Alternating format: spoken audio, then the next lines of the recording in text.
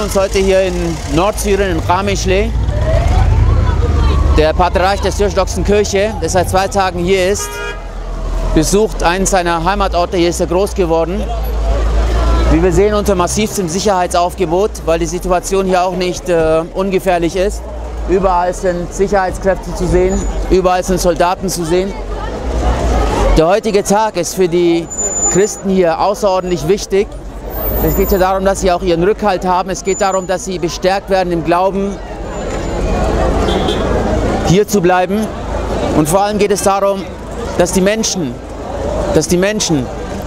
hier Hoffnung schöpfen und sich nicht alleingelassen fühlen. Deswegen ist dieser Besuch sehr wichtig, auch unter der Tatsache, dass es nicht ungefährlich ist. Aber das Oberhaupt der Syrisch-Orthodoxen Kirche in Nordsyrien zu haben, ist für die Menschen ja ein Segen und bestärkt sie, in ihrem Heimatort zu bleiben.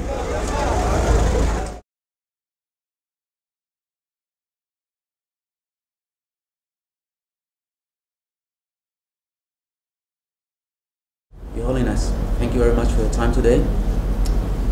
Your Holiness, a question. The German Bundestag will debate on April 24 about the atrocities committed against the Christian population and the Ottoman Empire. Can you share the position of the Syrian-Orthodox Church with regard to this topic? Together with our brothers, the Armenians, this year we are commemorating the 100th anniversary of the genocide that was committed against our people, which we call Seifo in Syriac Aramaic, meaning the sword, during which we lost more than 500,000 of our Syriac-speaking Christians in the former Ottoman Empire. And we owe it to the memory of our martyrs that we celebrate and commemorate this anniversary this year throughout the world. Our churches everywhere are commemorating these events by holding seminars, offering lectures, obviously offering prayers and divine liturgies, and also erecting monuments and some other activities. The idea is to remind ourselves, especially tell our youngsters our story, the story of our fathers who survived the massacres and of those who did not survive, who fell victims, who fell martyrs, defending their faith and their identity.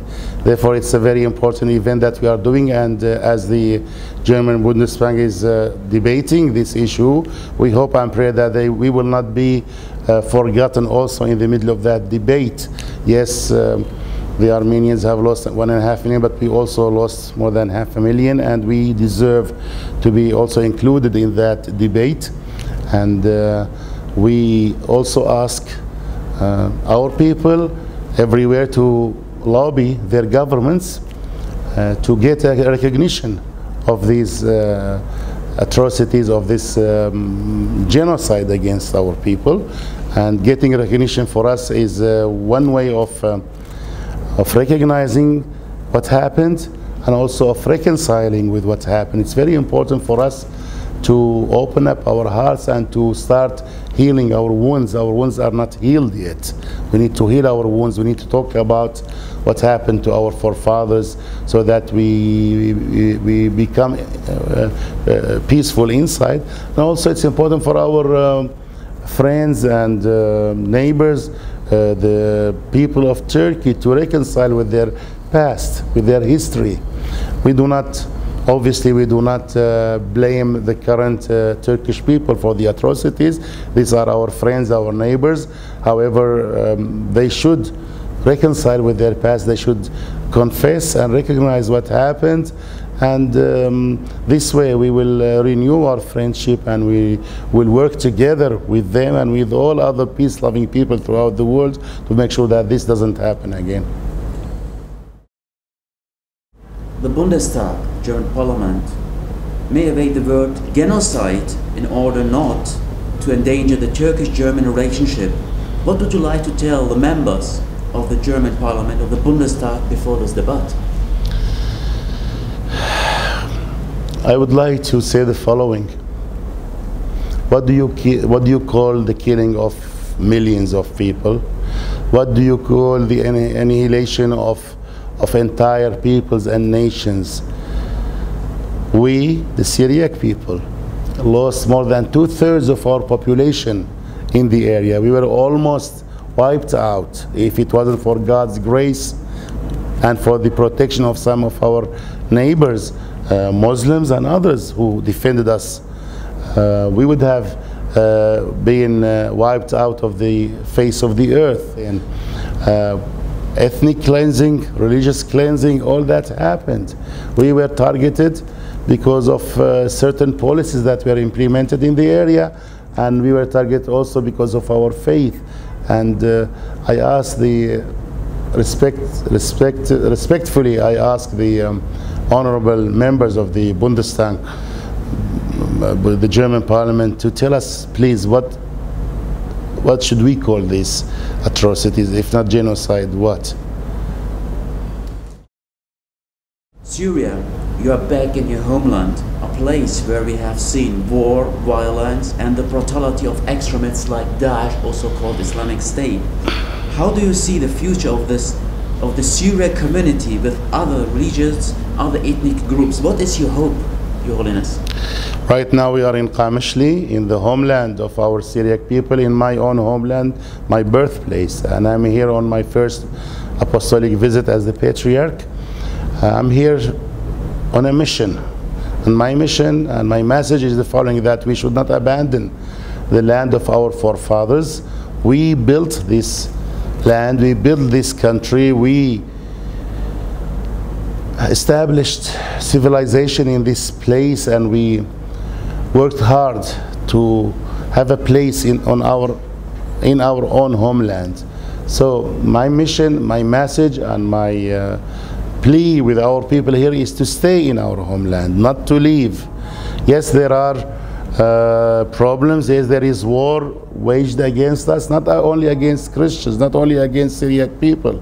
It's against human beings, against humanity, against civilization, against culture, against everything that is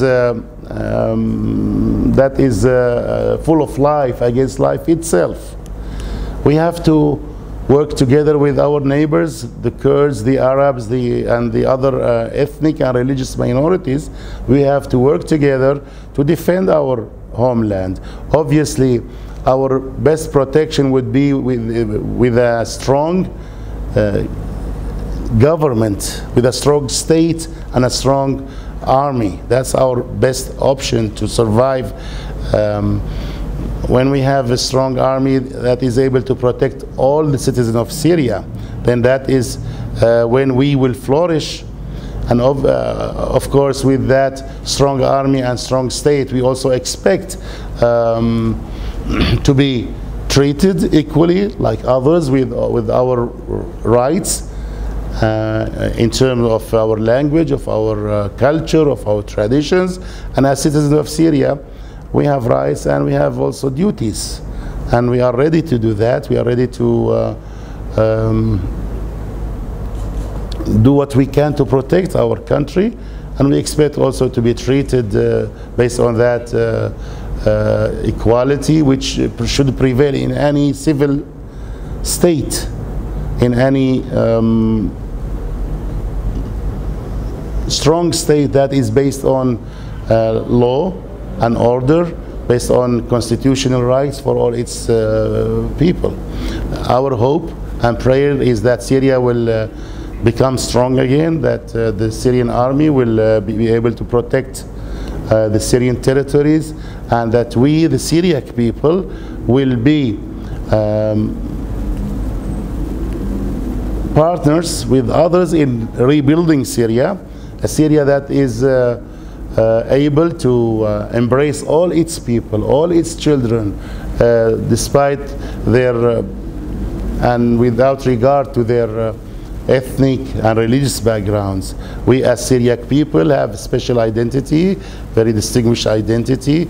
We speak the language of of ancient Syria. We practice our religion, our Syriac Orthodox religion, which is the first church that was established outside the Holy Land, outside Jerusalem, in Antioch. And we believe we have a lot to contribute to this country and to the society that we live in. And it's our hope and prayer that we will be given that chance also to contribute to the building of this country and to work with everybody else for a better future and for a better Syria that is a mother to all its children.